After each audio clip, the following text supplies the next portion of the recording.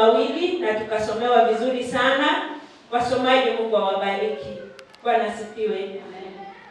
Theme yetu ya mwaka huu inasema hivi. Tunaipata katika kitabu cha Exodus 19 hapo mstari wa 5. Nasema hivi: If you obey me fully and keep my covenant, then out of all nations you will be my treasured possession. Bwana asifiwe. Utakuwa tunu. Bwana asifiwe. Tunu inamaanisha kitu cha thamani. Bwana asifiwe. Praise God. Na tunapoendelea tunaona ya kwamba Musa, wana wa Israeli walikuwa wamevuka tu miezi mitatu peke yake. Bwana asifiwe. A treasured position.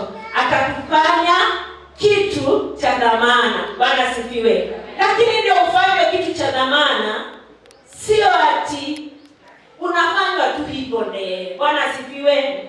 Praise God. Huyo mtoto ndiye akuwe wa dhamana. Unagharamika. Bwana asifiwe.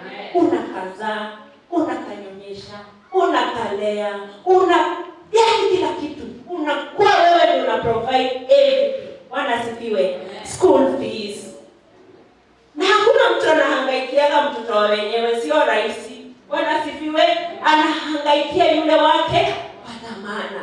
Wazee wakienda nyumbani na tupepa bag jioni, haingishagi kwa jirani, anaingishaga kwake. Ndio kuna watu wa dhamana kwake. Bwana asifiwe. Akinunua hiyo shamba na hiyo title deed, analeteaga bibi yake na mwambia ndiye. Bwana asifiwe. Kitu cha dhamana ni kile ambacho umekidhamini zaidi. Bwana asifiwe. Na hivyo ndivyo Mungu anasema ya kwamba atatufanya a treasured possession. Atatufanya kuwa tunu. Bwana asifiwe. Musa alipotumwa aende awaulize wana wa Israeli. Aliambiwa aende awaulize, kwani wamesahau vile alivyofanya maadui zao. Bwana asifiwe. Hawakuambiwa kwani wamesahau, waliambiwa kwani wamesahau yale Mungu alifanyia Farao na akafanyia wa Misri kwa sababu ya Waisraeli. Bwana asifiwe. Praise God. Hallelujah. Kwani tumesahau mahali Mungu ametufanyia, yale Mungu ametufanyia? Amepigana na maadui zetu. Bwana asifiwe. Ama hajatupigania? Hallelujah. Ametufanyia mambo makubwa. Bwana asifiwe. Wanaoinuka wakitaka tu kukumaliza, hata wengine tuwaliambiwa, huyu ameokoka, tumempatia miezi 3, mwaka, miaka imeisha, hiyo kitambaa amefunga, wacha tuone. Lakini si Mungu ni wa neema, anawaibishaga tu na macho wakiona. Mpaka siku moja watakuja waseme nataka kutoa. Bwana asifiwe. Praise God. Hiyo 19:3 inasema Musa akapanda kwa Mungu na Bwana akamuita toka mlima ule akisema, utawaambia nyumba ya Yakobo na kuwaalifu wana wa Israeli mambo haya. Mumeona jinsi nilivyowatendea wa Misri. Bwana asifiwe. Praise God.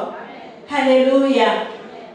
Tunapokumbuka mambo yale wa Misri walifanyiwa, tunajua ni mambo mengi. Si watu tunasoma katika Biblia.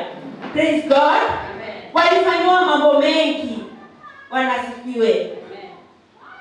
Ukiangalia hiyo Exodus 9 mstari wa 6, wa Misri, sema wa Misri, mifugo yao yote ilifanya nini?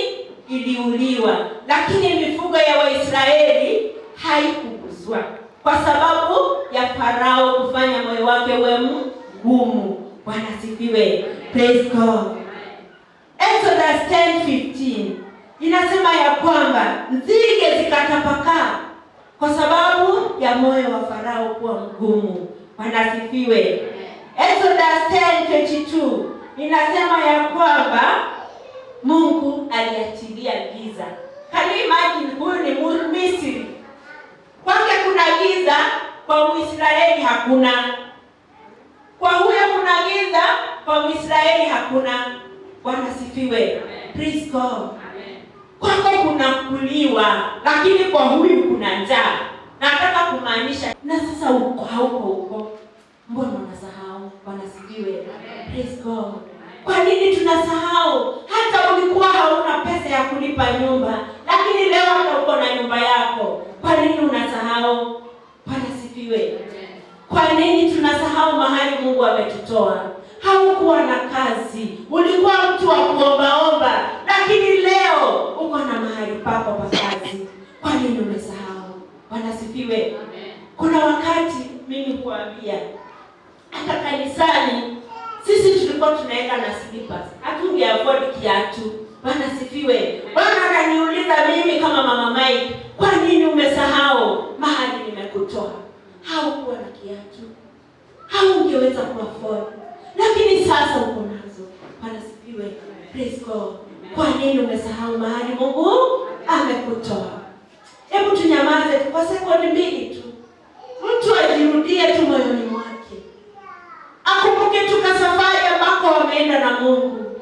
Bwana sifiwe. Jiulize tu, wewe ndio unayejijua. Praise God. Kuna watu wanazunguka hapa na pale wakitafuta kupona. Wewe pesa zako unalalia tu kwa mattress. Hakuna mahali zinaenda. Bwana sifiwe. Praise God. Kuna watu wanatafuta mambo mengi. Hebu shukuru juu ya kila kitu ambacho uko nacho siku ya leo. Hata kama ni mtoto uko na mmoja, wawili, watatu, shukuru. Na hata hauna chakula. Bwana sifiwe. Kuna kitu Mungu amekufanyia. Praise God. Hata kama una kitu ya kuwapea, fanya nini? Shukuru, kuna kitu Mungu amekufanyia. Bwana sifiwe. Shukuru Mungu kwa sababu ya hiyo kazi yako Mungu amekupea. Hata kama ni kupanga waru, ambia Mungu anafanya nini? Anastahili. Kuna watu wengi huku nje wao wanasema wanatamani kuwa kama wewe. Hata wanaenda tu wanaomba Mungu katika kasehemu kasiri. Anaambia Mungu, mimi ukinifanya tu kama Mama Choice, nipangane tu pale waru, Mungu mimi nitakushukuru na nitakuinua. Bwana sifiwe. Lakini wewe uko na maroli, uko na maamini, uko na mashamba, uko na kila kitu, lakini haupati nafasi ya kuambia Mungu anastahili. Siku ya leo Mungu anauliza, kwa nini tumesahau mahali Mungu ametutoa? Bwana sifiwe. Praise God.